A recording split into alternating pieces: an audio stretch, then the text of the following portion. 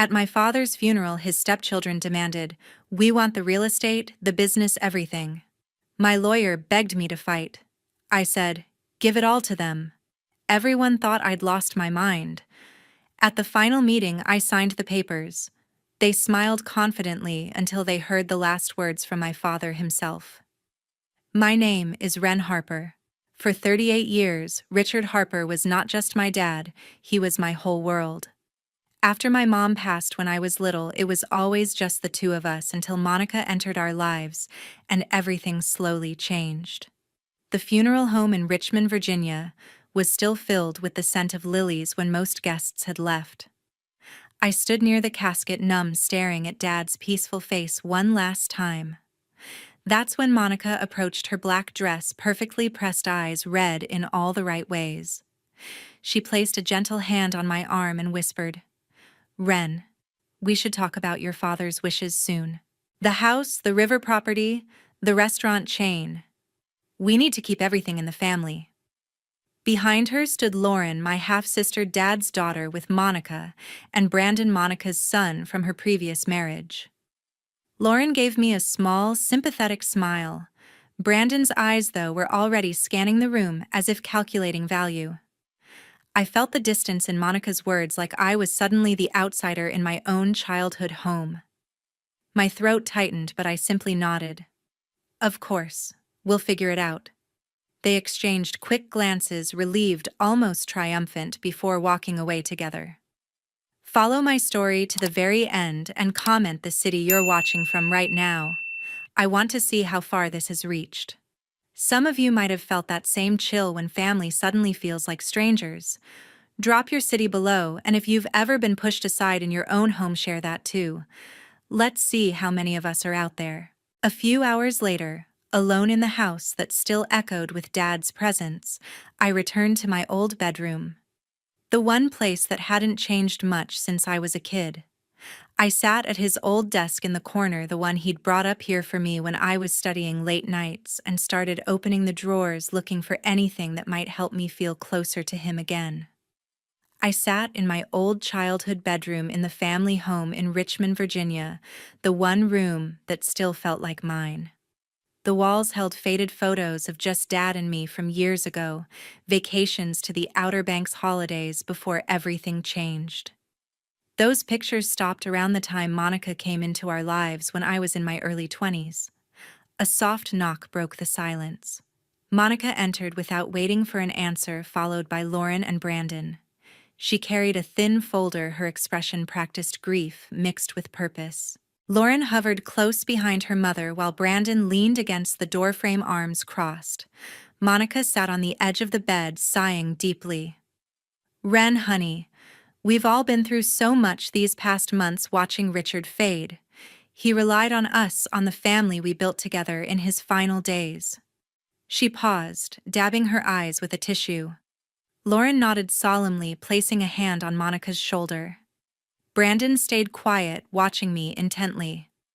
"That's why we need to honor his final wishes now." Monica continued, opening the folder. "The will is straightforward. The main house here in Richmond, valued around $1.4 million, the riverfront property along the James, about $1 million, and the entire chain of seafood restaurants he poured his life into. They should stay with the current family." Lauren spoke up softly, her voice carrying that familiar edge of entitlement.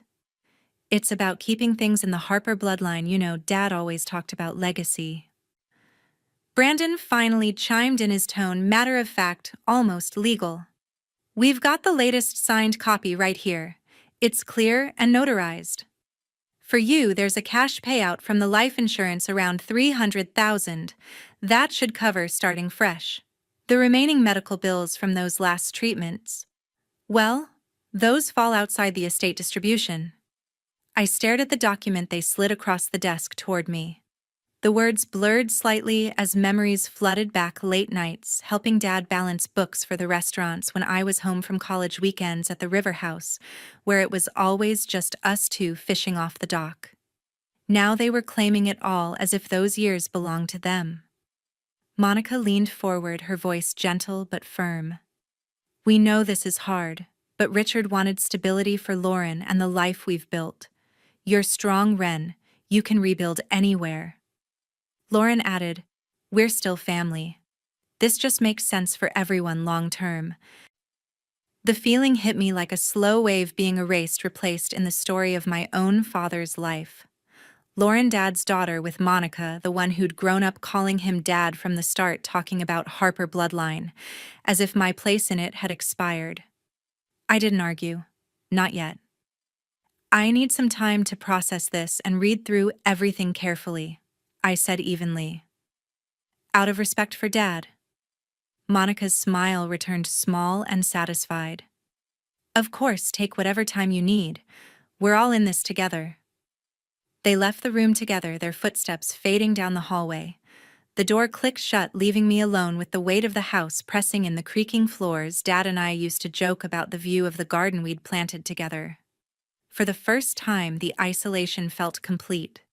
This wasn't just about money or property. It was about being written out of the family narrative entirely.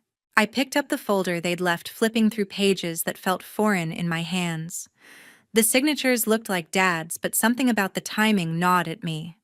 Those final months he'd been in and out of clarity, heavily medicated. Sleep didn't come easy that night. I wandered the house after dark, ending up in Dad's study downstairs. The leather chair still held his shape. On a whim, I opened the bottom drawer, the one he always kept locked, but I'd seen him access during video calls when I visited. Inside, tucked beneath old tax files, was a small envelope addressed to me in his handwriting, Ren only if things feel wrong. My heart raced as I carefully opened it. I kept busy sorting through the last boxes. The hospital had returned Dad's watch, his favorite pen, a few shirts that still carried his cologne. Anything to avoid thinking about the folder Monica had left behind. The suitcase sat in the corner of the study, unopened since it arrived. I finally unzipped it, pulling out folded clothes and a small toiletry bag. Tucked inside a side pocket was a plain black USB drive no larger than my thumb. A strip of masking tape on it read in Dad's unmistakable handwriting, "For Ren, open only if needed." My stomach tightened. I glanced around the empty room as if someone might be watching, then carried the drive to Dad's old laptop on the desk. The computer booted slowly. He'd refused to upgrade it for years. Once the desktop loaded, I plugged in the USB. A single folder appeared, Memories. Inside were about a dozen photos, me at 10 on his shoulders, at Virginia Beach graduation day, with just the two of us, a candid shot from the river house deck, where he was teaching me to tie fishing lures. I clicked through them, smiling despite the ache. Then I noticed the video file, message.mp4. The thumbnail was black. I double-clicked. Dad's face filled the screen, thinner than I remembered, hospital bed visible behind him. The timestamp showed 6 months earlier. His voice was weaker, but steady. Ren, if you're watching this, things probably didn't go the way we hoped. I love both my daughters, you and Lauren, more than anything. You've always been my rock, the one who understood this life we built without needing explanations. He paused, coughing lightly off camera. Lately, I've noticed differences in how people around me talk about the future, the restaurants, the properties, everything I've worked for. Some conversations feel calculated. I don't want to believe it, but a father knows when something's off. He looked directly into the camera, eyes sharp despite the illness. Stay calm. Don't react right away. If you feel pushed or uncertain about my wishes, contact David Bennett. He's the only one I've trusted with the full picture lately. He'll have what you need. The video cut off abruptly, like the battery died or he lost strength. I hit play again and again. Each time his words sank deeper. The way he said "both my daughters" with equal warmth, yet singled me out as the one who understood. The careful choice of differences instead of accusations. It wasn't proof of anything, but it was enough to make the doubt I'd been pushing down rise to the surface. Tears came this time, not the quiet ones from the funeral, but hot and uncontrollable. Hearing his voice after weeks of silence broke something open.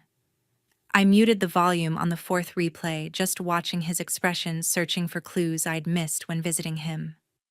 Monica's recent attentiveness during hospital stays flashed through my mind, always there when doctors discussed costs, always quick to suggest treatments that extended things. Lauren's visits growing more frequent toward the end. Brandon asking detailed questions about restaurant valuations during what I thought were casual chats. Nothing concrete. Just patterns I'd ignored because grief clouds everything. I ejected the drive carefully, slipping it into my pocket. No one else needed to know about this yet. Whatever Dad meant by full picture, I wasn't ready to confront it head-on. That night, I lay awake listening to the house settle the same creaks and groans from childhood. For the first time since the funeral, anger mixed with the sadness. Not explosive rage, but a quiet burn. If there was even a chance they'd taken advantage of him in those final months. I reached for my phone on the nightstand and searched for David Bennett, attorney, Richmond area. Several results popped up, including one with an office address not far from downtown. I bookmarked it, then deleted the search history out of habit. Sleep finally came near dawn, restless and filled with dreams of the river house, Dad waving from the dock, while faces I couldn't make out stood on the shore behind him. When I woke, the decision felt made without words. I'd call Bennett's office first thing Monday.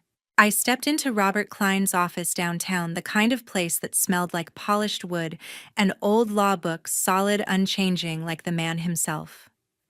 Klein had been Dad's attorney for over 20 years, handling everything from the restaurant expansions to my college trust fund back when I was 18. Now 65, with wire-rimmed glasses and a tie that never quite matched his shirt, he greeted me with a firm handshake and a sympathetic nod. "Ren, I'm so sorry about Richard. He was one of the good ones." He gestured to the leather chair across from his desk, piled high with manila folders. I sat, pulling the will Monica had given me from my bag and sliding it over. Klein adjusted his glasses and began scanning the pages, his brow furrowing almost immediately. Minutes ticked by in silence, broken only by the rustle of paper and the distant hum of traffic on Broad Street. Finally, he set the document down, removing his glasses to rub the bridge of his nose. "This doesn't sit right," he said, voice low. "The signature looks authentic." Richard's hand was steady enough for that, but the date. It's from 3 months ago, right in the middle of his worst chemo round. Witnesses are listed, but no medical affidavit confirming capacity. In Virginia, wills can be contested on undue influence or lack of testamentary capacity, especially with illness involved. He leaned forward, elbows on the desk.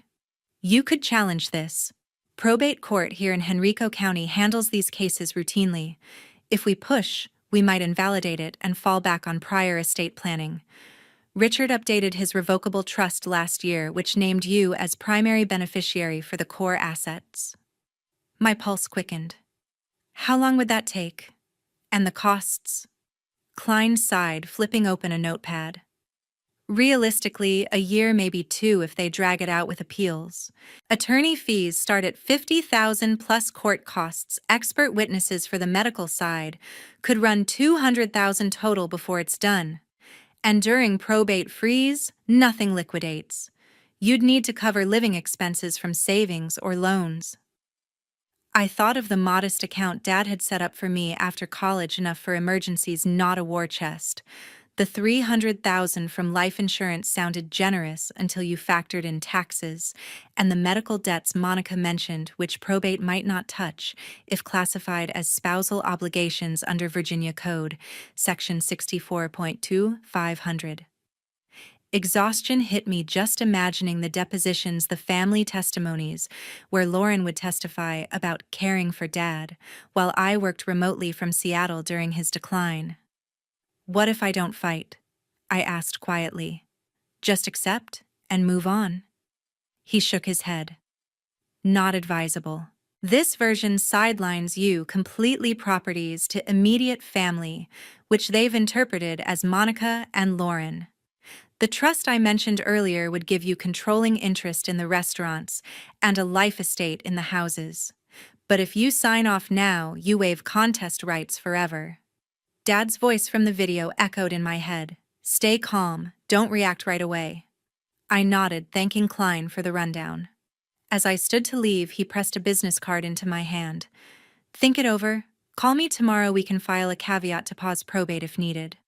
The elevator ride down felt endless, the city blurring past the glass. Heavy didn't cover it. It was like carrying the house itself on my back. Back home, I replayed the video once more on the laptop, pausing on Dad's face mid-sentence. His warning about differences now felt like a lifeline pulling me from paralysis. The messages started that evening. Monica's first text was innocuous. How are you holding up, dear? Thinking of you. By morning, it shifted. We should get the paperwork sorted soon. Everyone deserves peace of mind. Lauren called mid-afternoon, her voice syrupy over the line. Hey sis, just checking in.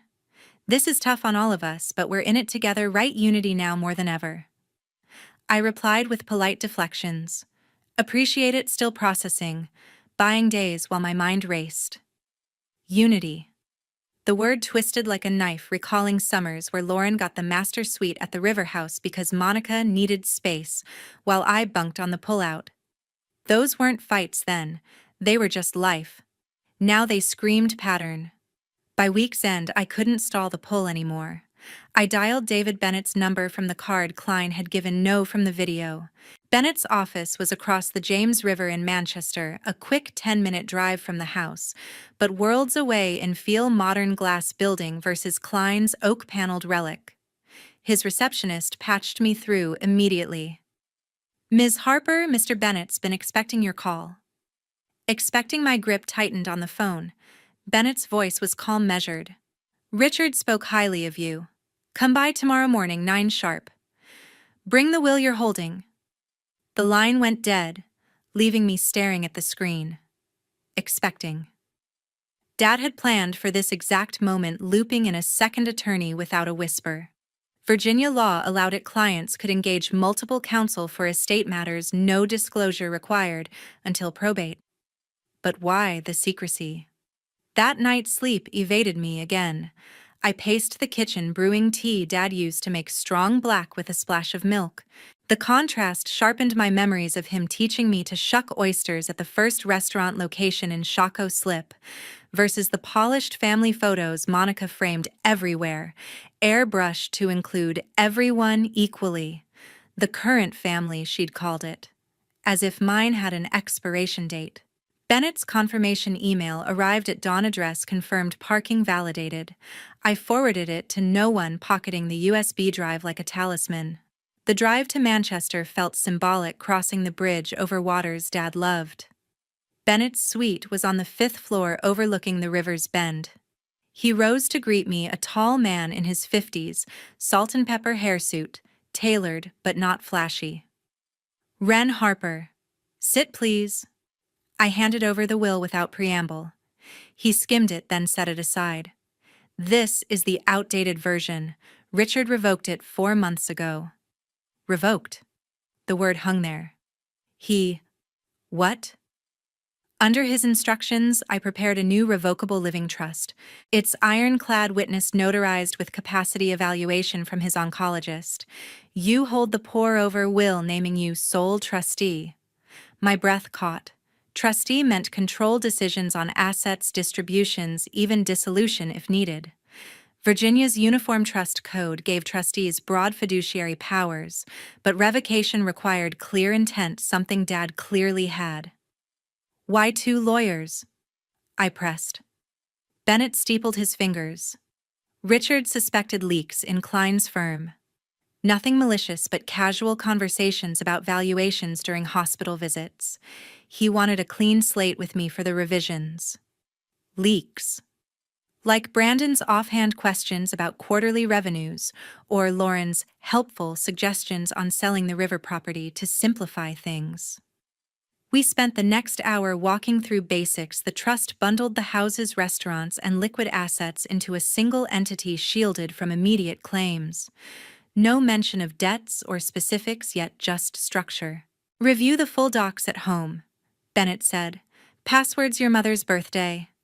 As I left, the river sparkled below, mocking the storm inside me. Dad hadn't just planned, he'd anticipated betrayal down to the signatures. Back in the car, another text from Monica. Any progress on the forms? Let's wrap this up kindly. Kindly. The word fueled the fire now, not the doubt. I drafted a response soon and hit send, then called Bennett's after-hours line. One more thing, when can we meet again? I need the rest. Tomorrow, he replied. Bring your resolve. Resolve. Yeah, that was forming.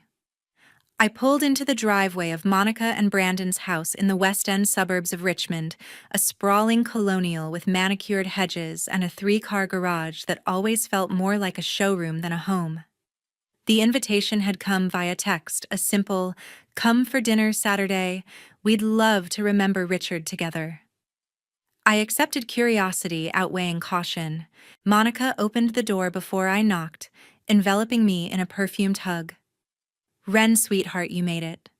She wore a navy dress suitable for morning but cut just sharply enough for company. Brandon appeared behind her, offering a quick nod and taking my coat. Lauren emerged from the kitchen apron tied over jeans, holding a bottle of Dad's favorite Virginia Red. The dining room table was set with precision china from the River House. Crystal glasses, fresh flowers in the center. Candles flickered, casting warm shadows on walls lined with framed photos, Monica and Dad's wedding, Lauren's college graduation, Brandon at some corporate event. I spotted one of me mixed in from years ago, carefully placed to suggest balance. We started with appetizers, oysters on the half-shell sourced from one of Dad's suppliers. Monica raised her glass. To Richard. He built something special and we're all part of that legacy. Lauren echoed, the toast eyes misty. He was always so proud of the restaurants, how they brought people together. Brandon added, I've been thinking about expansion. Norfolk location, maybe Virginia Beach. With the inheritance settled, we could move fast. The word inheritance landed casually, but it shifted the air. I sipped my wine, letting the conversation flow. Monica launched into stories from Dad's final month's bedside vigils, favorite meals she prepared, how he'd squeeze her hand during treatments. Lauren pulled out her phone, scrolling to photos, Dad in the hospital bed, smiling weakly, Monica beside him reading aloud. Look at this one, Lauren said, passing the device. He looks peaceful, doesn't he? The images were intimate, tender. Yet none included me from those visits. I'd been there too, holding his other hand during the worst nights. Monica steered next to earlier days. Remember that Christmas at the River House, the year the power went out and we cooked everything on the grill? Lauren laughed.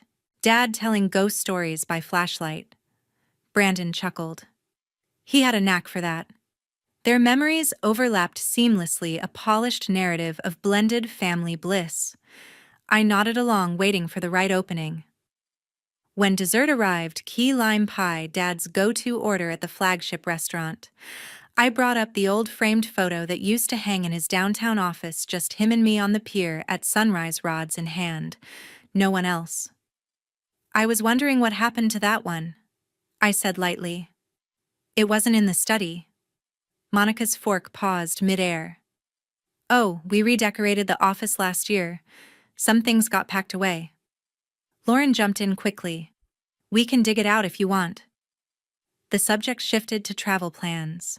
I tried again, mentioning the annual father-daughter fishing weekends Dad insisted on keeping even after Lauren came along, trips where we'd leave before dawn, just the two of us. Those mornings on the boat. I mused. He'd talk about everything, business, dreams, life lessons. Brandon cleared his throat, refilling glasses. Lauren's smile tightened. Monica smoothly redirected. Richard loved sharing those stories with all of us later. Later meaning after she arrived. The pattern emerged clearly now, every recollection carefully edited to center their version of family, trimming edges where I once fit prominently. Toward coffee, Brandon mentioned recent vendor contracts. Numbers are strong. Once probate clears, we can leverage equity for growth. I asked innocently about cash flow. Lately, had Dad mentioned any dips during his illness? Silence fell for a beat.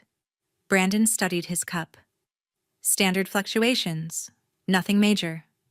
Monica patted his arm. Richard handled most of that. We're just carrying the torch. The evasions stacked like bricks. No direct lies, just deflections that confirmed what the video hinted: selective truth. As plates cleared, Lauren showed more photos, recent ones dominating, older ones scarce. Monica hugged me at the door. This was healing. We should do it more. Driving home through quiet suburbs, the warmth from candles felt false now, like stage lighting. Their stories hadn't erased mine, they'd simply rewritten the script to minimize my role. The certainty solidified whatever Dad prepared with Bennett wasn't just protection, it was correction. I parked in the garage house, dark except for the study light I'd left on. Tomorrow's meeting with Bennett loomed larger. David Bennett scheduled the follow-up for early the next week. I walked into David Bennett's private office across the James River in Manchester, a sleek space with floor-to-ceiling windows overlooking the water, modern furniture that contrasted sharply with Klein's traditional setup. Bennett stood to greet me, extending a hand with a firm grip. "Ren, right on time. Coffee." I declined, settling into the chair opposite his desk. He wasted no time pulling a thick accordion file from a locked drawer. Richard came to me quietly about 8 months ago. He wanted a fresh start on estate planning, away from long-standing relationships. He spread documents across the polished surface: trust agreements, amendments, notary seals. Your father terminated his engagement with Klein's firm in writing: no drama, just a standard letter. He suspected casual information sharing, nothing provable but enough to make him cautious. Doctor's visits turned into discussions about asset values. He didn't like it. Bennett slid the primary trust instrument toward me. This revocable living trust supersedes everything previous. Under Virginia's Uniform Trust Code, it's valid as long as Richard had capacity, which his oncologist confirmed in an affidavit attached here. All assets, the main residence in Richmond, the riverfront property, the restaurant holdings, investment accounts, flow into this trust upon his passing. I scanned the pages, heart pounding. And the beneficiary, you, sole beneficiary. As trustee, you control distribution, sales, even termination if you choose. No co-trustees, no mandatory payouts to anyone else. The words sank in slowly. Not shared, not divided. Mine to decide completely. Bennett produced a second USB drive identical to the one I'd found. Richard left this with me as backup, the full recording. He inserted it into his secure laptop, angling the screen so I could see. Dad appeared again, but this time in better light. His home office perhaps filmed on a good day. The video ran longer, nearly 20 minutes. "My beautiful Ren," he began, voice stronger than the hospital clip. "If you're watching the extended version, you've taken the step I hoped for. I need you to understand why I did this." He spoke of early joys, building the first restaurant together when I was in high school, teaching me balance sheets alongside algebra homework. Then the shift after Monica, how conversations turned to we that sometimes excluded the original us. I've watched Lauren grow into a fine young woman, and I'm proud of her. But I've also seen how easily history gets rewritten when new chapters begin. Monica means well in her way, but she's protective of her vision of family. Too protective, perhaps. He leaned closer to the camera. I don't act from anger. I act from love, the kind that remembers who was there from the beginning. You've never asked for more than your place, Ren. That's why I'm giving you the choice now. Decide what legacy looks like. Keep it all, share parts, restructure. It's yours because you earned it just by being my daughter. Tears blurred the screen as he continued detailing practical steps: how the properties carried strategic liens to deter quick claims, how liquid assets sat shielded in the trust structure. Not to punish anyone, he emphasized, to protect what we built from being dismantled without thought. The recording ended with him smiling faintly. "I'm tired, kiddo, but I'm at peace knowing you'll handle this with the same heart you always have." Bennett paused the frozen frame. He recorded that over several sessions editing himself. Wanted it clear, not bitter. I sat back overwhelmed. Dad hadn't abandoned fairness, he'd redefined it on his terms, trusting my judgment over mandates. The trust's flexibility under Virginia law meant I could gift portions if I chose or retain control indefinitely. No forced equality, just discretion. We spent the next hour reviewing specifics asset schedules showing restaurant valuations around 4 million combined properties at roughly 2.4 investments, adding another 1.8. The liens he mentioned refinanced mortgages totaling more than current appraisals created negative equity on paper, a deliberate barrier against hasty liquidation. Anyone inheriting directly would face immediate calls from lenders, Bennett explained, but inside the trust you manage repayment terms. Strategy, not vengeance. Protection wrapped in legal armor. By meeting's end, resolve replaced uncertainty. Prepare the disclosure package, I told him. I'll call the final probate meeting through Klein's office. Neutral ground. Bennett nodded approval. Smart. They'll expect compliance, not confrontation. Driving back across the bridge, the river below looked different, steady, unyielding. Dad's presence felt tangible now, not lost but transferred. He'd given me more than assets agency over the story's ending. That evening, I drafted the email to Klein request for formal estate administration conference, all parties present. Sent before, doubt crept in. The responses came quickly. Monica's enthusiastic agreement, Lauren's polite confirmation. They assumed victory neared. They couldn't have been more wrong. The conference room at Klein's firm was booked for the following Friday. I entered the conference room at Klein's firm on the appointed morning, the air thick with the scent of fresh coffee and tension. The long mahogany table was set for battle. Robert Klein at the head, neutral expression fixed. David Bennett sat to my right, his file closed, but ready. Across from us, Monica, Lauren, and Brandon arranged themselves with practiced poise, Monica in the center. Lauren beside her, Brandon on the end. Klein cleared his throat. We're here to finalize administration of Richard Harper's estate. All parties present or represented. Monica offered a small smile. We're eager to move forward and honor his wishes. Bennett slid the trust documents forward.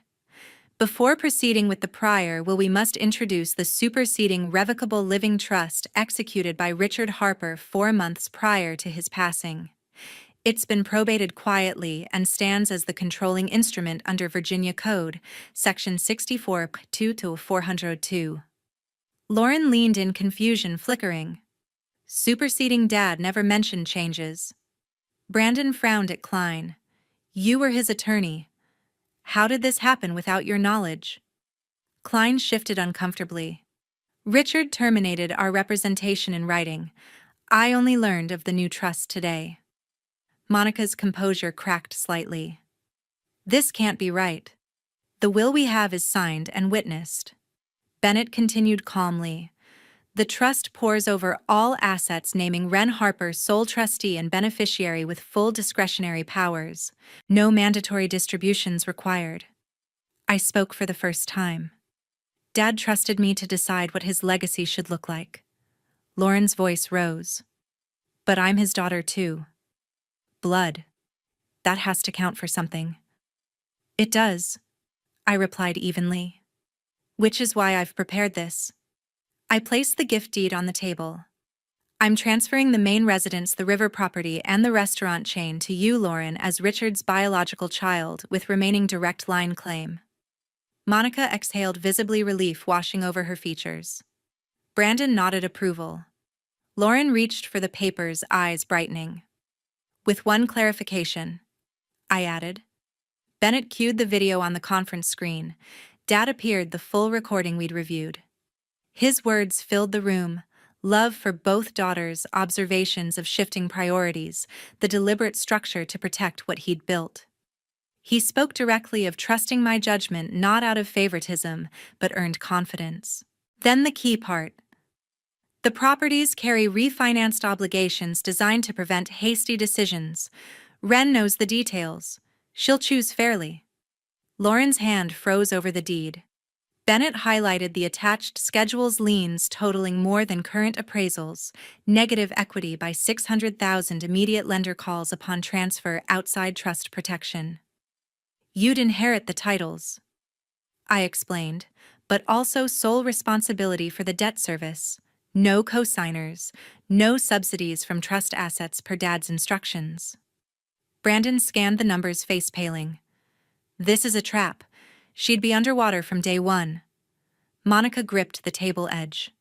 Richard wouldn't burden his own daughter like this. He didn't, Bennett said. He burdened the choice on someone he trusted to make it wisely. Refuse the gift and the assets remain in trust indefinitely. Probate closed, no distributions. Lauren stared at me. You're punishing me for what? Not punishment, I said. Consequences. Dad saw the writing on the wall. He wanted you to understand value beyond inheritance. Monica's voice cracked. We cared for him. Every day. The video played Dad's final line. Family isn't just who shows up last, it's who was there all along. Silence stretched. Lauren pushed the deed away. I can't. The payments alone. Brandon stood abruptly. This is coercion, we'll contest. Bennett smiled faintly. On what grounds? The trust is airtight, capacity affirmed, no undue influence proven. Contest and the assets stay locked for years while fees mount. Monica looked at Lauren, then me, pleading, mixing with realization. Everything she'd orchestrated, every careful narrative exposed by the man she'd thought she controlled. Lauren signed refusal, first hand shaking. Brandon followed without a word. Monica didn't touch the pen. Klein notarized the declinations. Estate administration complete. Trust remains active under Ren Harper's trusteeship. I gathered my copies standing. No one met my eyes. Walking out the hallway felt longer than when I'd arrived. Dad's voice lingered, not accusing, just clear. The door closed behind me with finality. 6 months later, life looked entirely different. I settled into my new home in Charleston, South Carolina, a light-filled cottage just steps from the Atlantic, purchased outright from trust funds, without a single mortgage payment looming. The salt air and rhythm of waves became my daily companions, washing away the lingering echoes of Richmond. Mornings started with coffee on the porch, watching dolphins play offshore. I'd sold the restaurant chain to a respected regional group that promised to honor Dad's recipes and employee culture. The proceeds combined with investments left more than enough for comfort and purpose. That's when the idea took shape, the Richard Harper Foundation. I incorporated it as a 501c3 nonprofit focusing on adult children, marginalized in blended families after parental remarriage, people who'd lost not just inheritance, but emotional standing. Grants covered therapy, legal consultations for trust disputes, even relocation costs when cutting ties became necessary for mental health. The first recipients were women in their 40s, stories mirroring mine in painful detail, overlooked for younger half-siblings, gaslit about their place. Word spread quietly through estate attorneys and support groups. Applications arrived from across the Southeast, Georgia, North Carolina, Florida. One woman drove from Atlanta just to thank me in person, tears streaming as she described being written out of her father's will after his second wife convinced him she was difficult. Lauren's path crossed the foundation indirectly. Public records showed the properties sold at auction after missed lien payments, foreclosure proceedings swift under Virginia law when equity turns negative. She filed Chapter 7 bankruptcy, discharging what debts she could, but emerging with credit ruined for years. Whispers from mutual acquaintances said arguments with Monica escalated into permanent silence. Lauren moved to a small apartment in Norfolk, working retail management. Brandon vanished from Virginia circles entirely. Last anyone heard, he'd taken a sales job in Charlotte, starting over without the family name attached. Monica downsized to a one-bedroom rental in Henrico County, the kind of place with thin walls and shared laundry. No more garden parties or designer labels. Friends drifted when invitations stopped coming. One golden afternoon, I chartered a small boat out past the harbor. Dad's ashes rested in a simple cedar box he'd chosen himself years earlier. The captain cut engines a mile offshore, leaving only wind and gulls. I opened the box, letting the breeze carry him home to the sea he loved. As the last traces scattered across the water, I whispered the line from his video that stayed with me most. Real family is where you're loved, without having to prove your blood. The truth of it settled deep.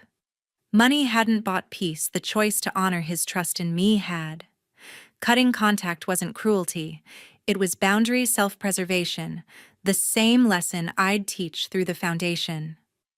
Evenings now often end with grant reviews or calls from applicants. Their gratitude reminds me daily that Dad's legacy lives not in brick buildings or bank balances, but in protecting those who'd been made to feel less than. Greed can fracture families from within, turning love conditional and history selective. But authenticity, standing firm in who you are and what you deserve, rebuilds stronger foundations. I've found mine here, waves crashing approval with every tide. Looking back, the greatest gift Dad gave wasn't the trust's control. It was permission to choose my own definition of family, free from manipulation or obligation. And in choosing peace over pretense, I've finally come home.